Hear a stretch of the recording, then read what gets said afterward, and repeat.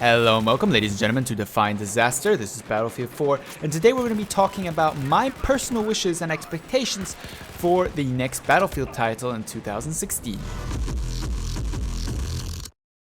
The next Battlefield title is coming out towards fall, so quarter 3 or quarter 4 of 2015. However, we do not know very much about the theme or the setting of this battlefield yet. Now, there's different kind of camps in the Battlefield community who desire differently themed battlefields. Some people want kind of a futuristic battlefield, more in the direction that the Call of Duty franchise, for example, has been going in lately.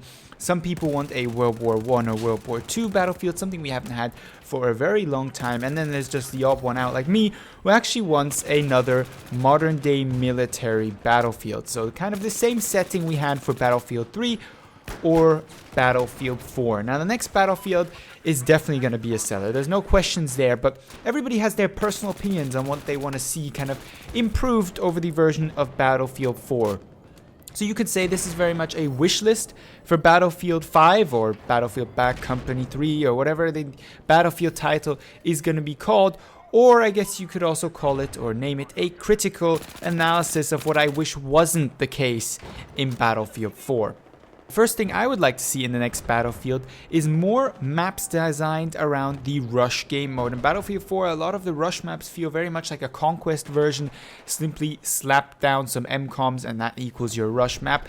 And a lot of them kind of feel slightly, sometimes unbalanced, sometimes kind of inconveniently designed because of it.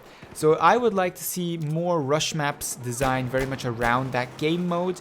A lot of the recently kind of free maps we've got with Operation Outbreak or Dragon Valley have done just this, and there really seems to be effort gone in there to kind of optimize the maps for the rush game mode. A lot of the kind of basic vanilla Battlefield 4 maps don't necessarily feel like that happened, and thus I hope for the next Battlefield they pay a little bit more attention to the rush optimization of the different maps. The next thing on my wish list is regarding map DLC. So the current way it works in most games, and of course Battlefield 4, is all the DLCs contained both visual improvements, so kind of weapon skins and stuff like that, but mainly guns and maps. And the problem with the maps being included in the DLC pack is of course the splitting of the player base, which means a lot of fantastic maps actually kind of disappear from all the servers after a few weeks, sometimes a few months, because there simply isn't a player base to support them. Whereas the vanilla maps, for all the people basically who only bought the base game, are always plentifully populated and there's plenty of servers running them, because of course there's a larger player base who has then access to that server. So my wish would be that they kind of split off the weapons and visuals. They're more than welcome to kind of put those in DLCs and sell them to make an extra profit. I am more than happy to pay for those DLCs as well, but the map packs I wish they would make available to the community for free, as to avoid this splitting of the player base, which often kind of destroys the enjoyment of these new maps because they aren't played for very long, because there simply isn't the population on the servers to support them. So we already talked about balancing maps out better for the rush game mode. Another thing I would like to kind of add to that map design thing is the amount of rooftop camping, head glitching, I don't know, just the general map design being very vertical in Battlefield. And verticality on itself isn't a problem, but when you have a lot of situations where certain classes have inherent advantages over others because of the map, it gets a bit critical. So let me give you an example here to kind of better illustrate what I'm talking about. 64 player Rush Dawnbreaker. That is a hell of a map to play as attacking team, because the defending team is going to camp out on that skyscraper overlooking the entire map, and there's basically nothing you can do about it. They can get up there with their beacons, you can't really get up there, and there's going to be 5-10 players just chilling up there with either sniper rifles or rocket launchers, making your advancement onto the MCOM extremely difficult, and it's very tedious, and it kind of breaks the balance of the map. And this leads into a different topic, which is the player count. In Battlefield 4, servers can decide how many players to put on how many on different maps, and that's fine in its nature, but some maps aren't balanced for 64 players. Example, Metro or Locker. It just becomes a campfest. Now, if you enjoy camping and kind of this mayhem of Locker, you know, all good to you. But I wish they would better balance the maps for all player counts. I guess you could say it that way, because Locker 32 can be a hell of a lot of fun for me.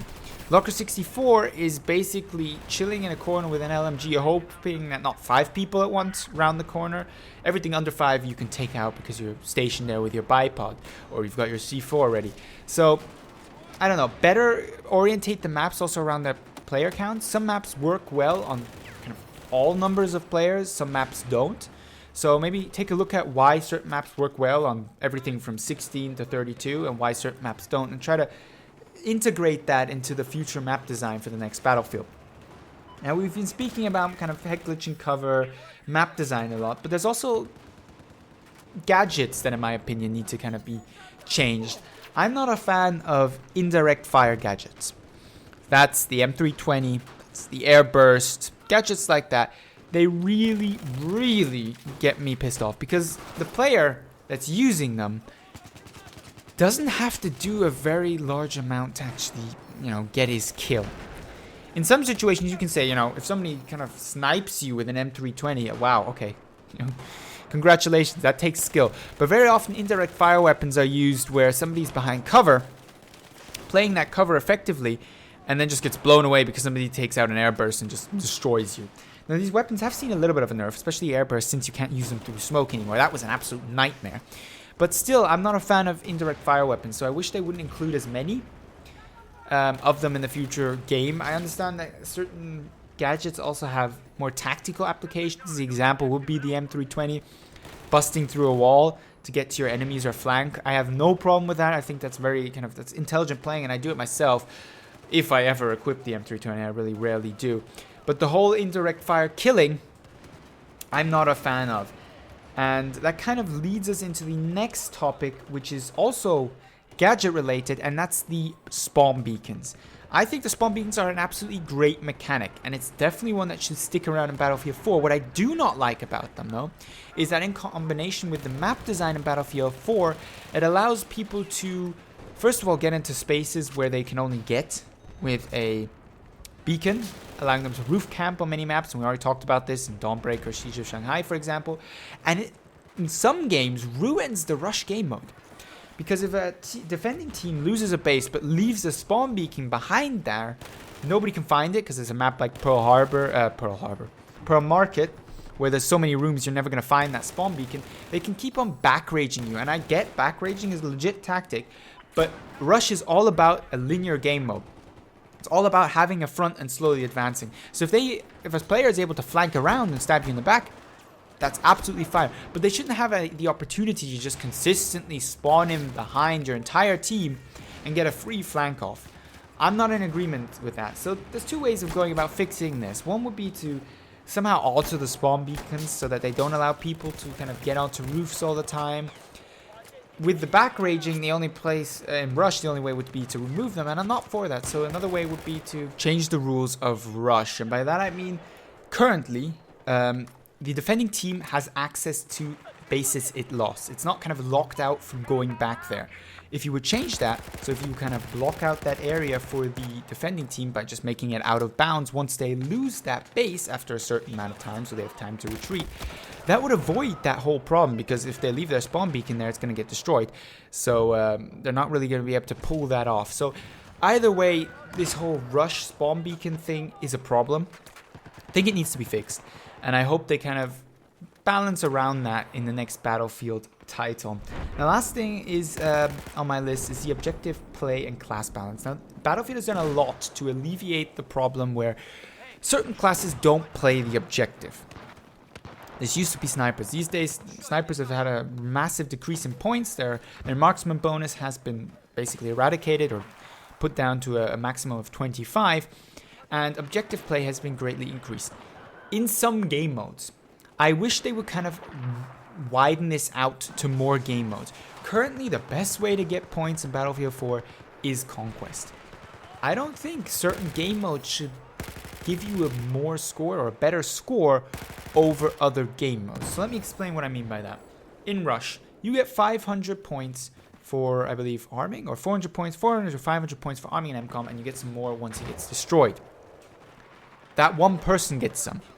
Whereas in Conquest, a whole group of people can get the points because they're all at the same time getting an objective. I think there should be a team bonus or a bonus for players in proximity of an MCOM when it goes off, those defending the MCOM, not only the one who kind of initially puts the charge on them, because that's not promoting teamwork. It's promoting people to say, all right, he put on that MCOM, let's leave it. Who cares if we defend it or not? Because if the enemy defuses it, we'll just go in, kill the enemy, and arm it ourselves to get those points. Another example is TDM, and I know TDM probably shouldn't be getting as many points as a Conquest game because there isn't so much objective. But should there really be such a point discretion between these game modes? Because the objective in TDM is to get kills. That is the objective. A good KD ratio is all what it's about in TDM versus other game modes where there are actual physical objectives that should be played. So I'm of the opinion you should get more points in TDM for kills because you're playing the objective. I know, I mean, what else are you going to do other than play the objective in TDM? But I think there needs to be a certain balance in the point department between different game modes because different game modes don't seem to receive the same amount of point for the amount of time you invest in them. So in the future, I would like to kind of be able to level up as fast as a equally skilled player playing the objectives as much as I, even if I prefer to play a different game mode. For example, if I'm not a big Conquest player, I prefer to play Rush. I don't want to be at level 100 when the other guy who just played Conquest for the same amount of time is at level 140 simply because I prefer a different game mode over him. That's not the way it should be because a level is supposed to be kind of an indication of player experience, and that's not the case if it's always based on points which are not evenly balanced. So that pretty much wraps it up for my, I guess you could say, wishes for the next Battlefield title. Now, obviously, this is purely an opinion, and you are going to have a different one. So if you want to share that with me, feel free to put that down below in the comments. I'm open for a discussion and open to be taught differently. If I've gotten something wrong here, I should be thinking about something differently. Maybe you have also missed out something here that you have noticed. That's very possible. Feel free to leave that down below in the comments as well. But otherwise, this is the end of the video. I hope you enjoyed it.